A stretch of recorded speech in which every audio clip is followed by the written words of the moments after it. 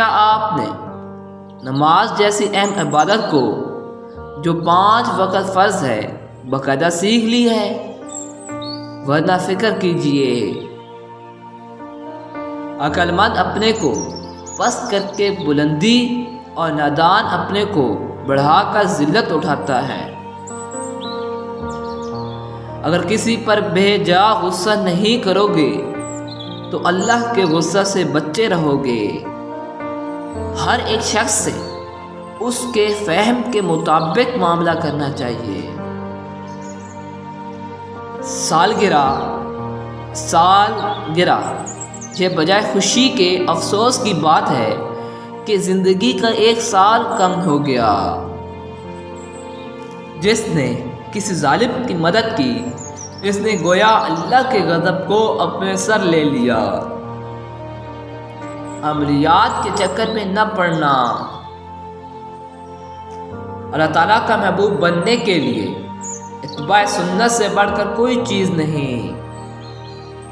हर नमाज को ज़िंदगी की आखिरी नमाज समझकर पढ़िए।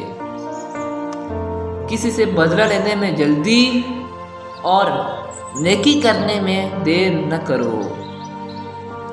सहाबी के नाम के साथ रज़ी अल्लाह ताला अन्हु और फौत शुदा शख्सियत के साथ रहमतुल्लाह ज़रूर पढ़िए। हमारी तमाम परेशानियों का हल कुरान करीम पढ़ना और उस पर अमल करना है।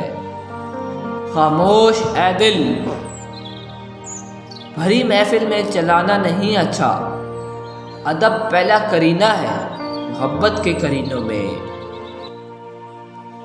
हत्तुल मकदूर हर एक से नेकी करो, खा वो नेक हो या बद।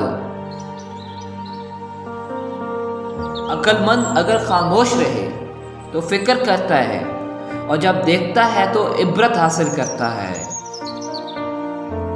परहेज इलाज से बेहतर है। बूढ़े मुसलमान की ताज़ीम करना अल्लाह की ताज़ीम में दाखिल है। जो म्याना रबी इख्तियार करता है वो मुफलिस नहीं होता। इल्म बेअमल एक तकलीफ दे औजार है और अमल बगैर इखलास के बेकार है।